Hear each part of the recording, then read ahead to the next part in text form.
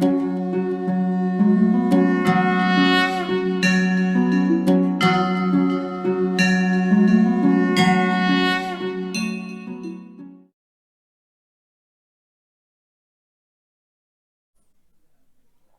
friends, how are you? Good morning everybody. આશા રાખું છું તમામ વાલા વિદ્યાર્થી મિત્રો અને આપના પરિવારજનો સૌ કુશળ મંગળ, તંદુરસ્ત, નિરોગી હશો એવી પ્રભુ ચરણોમાં પ્રાર્થના સાથે આજના લેક્ચરની શરૂઆત કરીએ આપણે. મિત્રો, લાસ્ટ લેક્ચરમાં આપણે યુનિટ નંબર 9 એન્ડ્સ કીડીઓ વિશે અભ્યાસ કર્યો. કીડીઓના અલગ અલગ પ્રકારો વિશે ભણ્યા. એ યુનિટનું સંપૂર્ણ વર્ક તમારું હવે પૂર્ણ થઈ ગયું હશે અને હવે આગળ વધીએ આપણે યુનિટ 10 તરફ. 10મું યુનિટ છે દોસ્તો આપણું એક પોએમ જેનું ટાઇટલ છે નો મેન આર ફોરેન. કોઈ માણસ પરદેશી નથી, મતલબ કોઈ માણસ પારકો નથી. પોએટ છે એના જેમ્સ ફાલ્કનર કર્કપ. તો કોઈ માણસ પરદેશી નથી, આ ટાઇટલ દ્વારા કવિ શું સૂચવવા માંગે છે જાણીએ. સૌપ્રથમ કવિનો પરિચય. જેમ્સ ફાલ્કનર કર્કપ કે જેમનો જન્મ 23 એપ્રિલ 1918 ઇંગ્લેન્ડમાં થયો હતો અને એમનું ડેથ 10th મે 2009 એન્ડોરા જે એક યુરોપિયન કન્ટ્રી છે ત્યાં એમનું અવસાન થયું હતું. તો in this poem, James Faulkner Kirkup talks about universal brotherhood, એટલે કે વૈશ્વિક ભાઈચારો.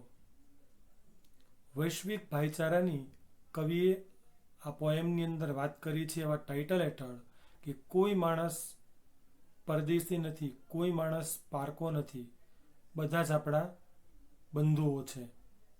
તો finally the message of the poem is, આ કવિતાનો સંદેશ શું છે આપણા માટે, તો એ સંદેશને જો એક નાનકડા સ્લોગન દ્વારા રજૂ કરીએ તો એક જાણીતું સ્લોગન છે ગુજરાતી, સંસ્કૃત, હિન્દીમાં વસુધૈવ કુટુંબકમ, એટલે કે the world is like family. આખી પૃથ્વી, આખું જગત એક કુટુંબ સમાન છે અને જગતમાં વસતા તમામ માનવીઓ એ પરસ્પર બંધુઓ છે. તો દોસ્તો, કવિના શબ્દોમાં ભણીએ આપણે કવિતા કોઈ માણસ પરદેશી નથી. Stanza 1. Remember, no men R strange, નો કન્ટ્રીઝ ફોરેન. યાદ રાખો કે કોઈ માણસ અજાણ્યો નથી, સ્ટ્રેન્જ, કે કોઈ દેશ પરદેશ નથી. Beneath all uniforms, beneath means under, below, નીચે. યુનિફોર્મ મતલબ પહેરવેશ, ગણવેશ. તમામ પહેરવેશોની નીચે a single body breaths, breath means શ્વાસ લેવો. તમામ પહેરવેશોની નીચે એક સરખું શરીર શ્વાસ લે છે. કન્ટ્રી બદલે એમ લોકોના પહેરવેશ બદલે, લોકોની સ્કિનનો કલર બદલે, પણ એની અંદર ધબકતું જે હૃદય છે, માનવ હૃદય, એ એક સરખું છે. Like hours, the land our brothers walk upon is earth like this. આપણી જેમ જ આપણા ભાઈઓની જે જમીન છે is earth like this, એ આ પૃથ્વી પર જ આવેલી છે. કઈ પૃથ્વી? in which we all shall lie. lie means exist, અસ્તિત્વ ધરાવવું. એ પૃથ્વી કે જેના પર આપણે સૌ અસ્તિત્વ ધરાવીએ છીએ. મતલબ દુનિયાના તમામ લોકો એક જ પૃથ્વી ઉપર, એક જ ધરતી ઉપર, એક જ જમીન ઉપર અસ્તિત્વ ધરાવે છે. They too aware of sun and air and water. આપણી જેમ સૂર્ય, હવા અને પાણીથી જીવન જીવતા તેઓ પણ are fed by peaceful harvest, by wars long winter starved. Long means લાંબા, winter શિયાળાના, war યુદ્ધ, લાંબા એવા શિયાળાના યુદ્ધથી starved.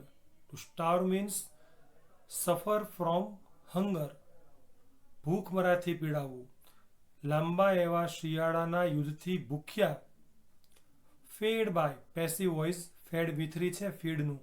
ફીડ મીન્સ નરિશ કે નર્શ, પોષવું અથવા તો સંતૃપ્ત કરવું.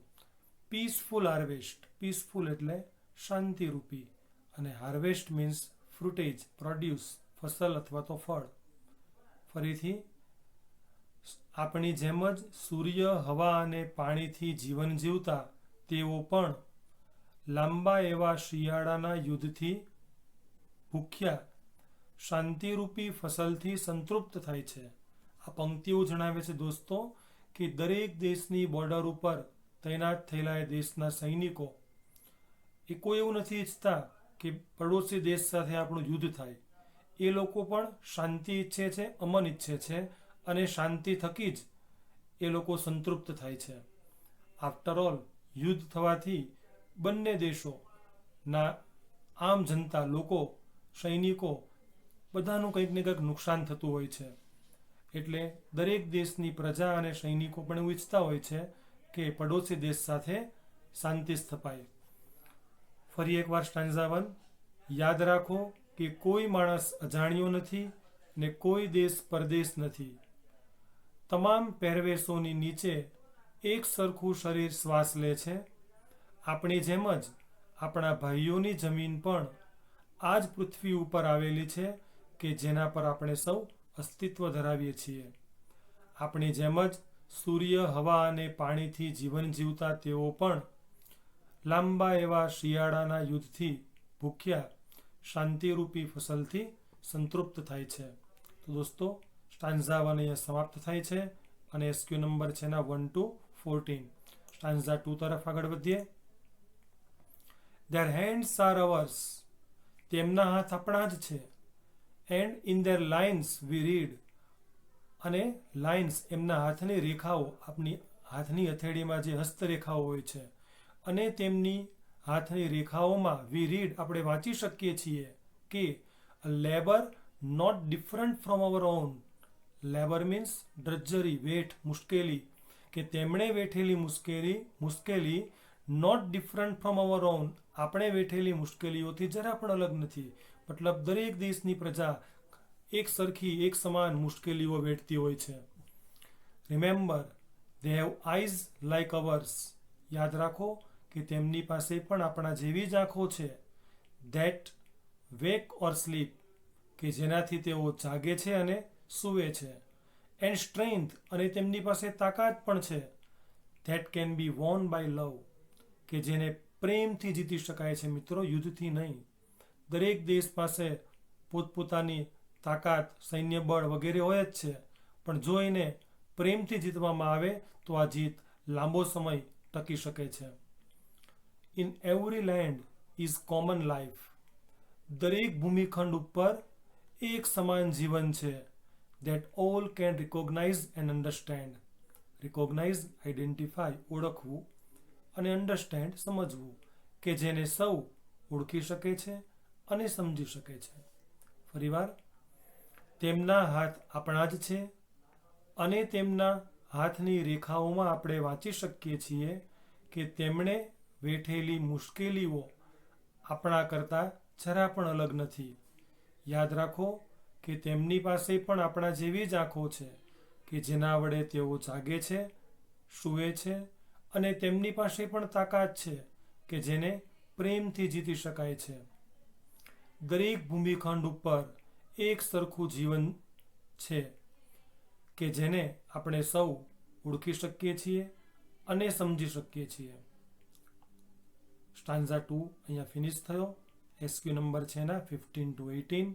અને હવે last stanza 3. Let us remember, ચાલો યાદ રાખીએ.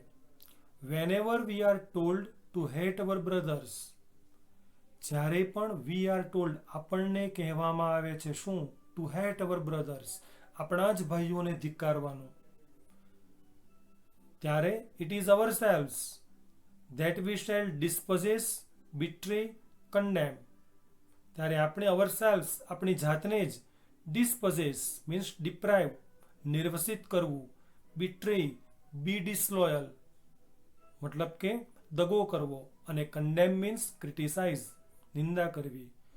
તો ચાલો યાદ રાખીએ, જ્યારે પણ આપણને આપણા જ ભાઈઓને ધિક્કારવાનું કહેવામાં આવે છે તો ત્યારે આપણે આપણી જાતને જ નિર્વસિત કરીએ છીએ, દગો કરીએ છીએ અને ખુદ આપણી સાથે જ આપણે નિંદા કરીએ છીએ, અથવા તો કન્ડેમ મીન્સ ક્રિટિસાઇઝ, ટિપ્પણી કરવી, ટીકા કરવી.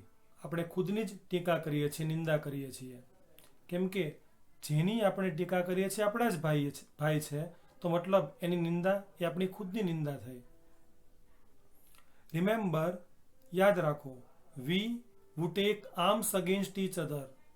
યાદ રાખો, આપણે કે જે અગેન્સ્ટ each other, એકબીજા સામે, ટેક આર્મ્સ મીન્સ વેપન્સ, હથિયારો. આપણે જ્યારે એકબીજા સામે હથિયાર ઉઠાવીએ છીએ તો ઇટ ઇઝ ધ હ્યુમન અર્થ. એ સમગ્ર માનવોની જ આ ભૂમિ છે. ધેટ વી ડિફાઇલ, સ્પોઇલ, ટેન્ટ, દૂષિત કરવું. યુદ્ધની અંદર વપરાતા દારૂગોળો, પરમાણુ બોમ્બ, જે આપણી આ પૃથ્વીના કુદરતી વાતાવરણને ખૂબ મોટા પાયે દૂષિત કરે છે. અવર હેલ્સ ઓફ ફાયર એન્ડ ડસ્ટ. આપણા દ્વારા ઉદ્યોગોની અંદર વપરાતા ફાયર, અગ્નિ, ડસ્ટ, ધૂળ ધુમાડા, આ બધાને કયા છે? હેલ્સ, નર્ક સમાન. આપણા નર્ક સમાન અગ્નિ અને ધૂળ ધુમાડા. Outrage the innocence of air. Outrage means violate, offend, ઉલ્લંઘન કરવું. અને ઇનોસન્સ શબ્દ વપરાયો છે અહીંયા, પ્યોરિટી, શુદ્ધતા. શેની? ઓફ એર, હવાની. તો આપણા નર્ક સમાન અગ્નિ અને ધૂળ ધુમાડા હવાની શુદ્ધતાનું ઉલ્લંઘન કરે છે. That is everywhere. એ હવા કે જે સર્વત્ર છે અને પાછી અવર ઓન, આપણી પોતાની છે, એને આપણે ખુદ દૂષિત કરીએ છીએ. Remember, no men are foreign and no country strange. યાદ રાખો કે કોઈ માણસ પરદેશી નથી કે કોઈ દેશ પારકો નથી, અજાણ્યો નથી. ફરી એકવાર સ્ટાન્ઝા 3 નો અનુવાદ.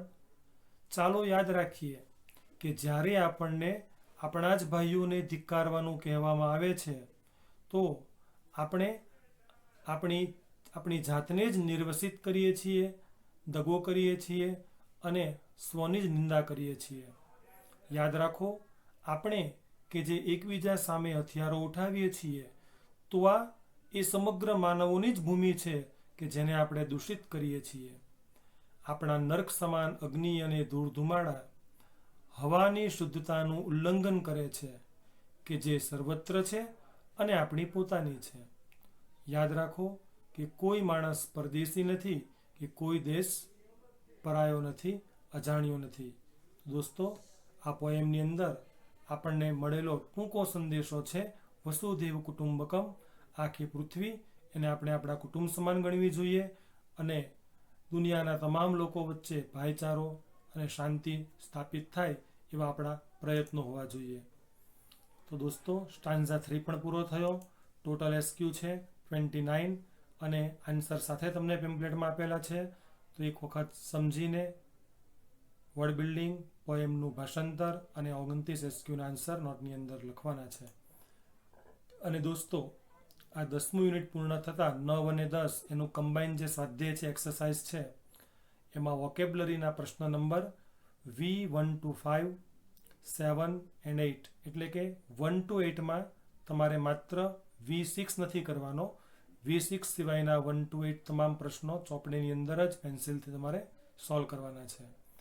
જ્યારે ફંક્શનની અંદર F4, F6, F8 અને F9 આ 4 પ્રશ્નો ફરીથી F4, 6, 8 અને 9 ચોપડીની અંદર પેન્સિલથી તમારે ટીક માર્ક કરીને, શબ્દો લખીને જે પ્રકારનો પ્રશ્ન હોય એ પ્રમાણે ટેક્સ્ટબુકની અંદર જ સોલ્વ કરવાના છે. તો દોસ્તો, આ સાથે unit 10 no men are foreign અહીંયા પૂર્ણ થાય છે. ફરી નવા લેક્ચરમાં નવા યુનિટ સાથે ફરી પાછા મળીશું. ત્યાં સુધી તમામ વાલા વિદ્યાર્થી મિત્રોને ગુડ બાય, જય શ્રી કૃષ્ણ.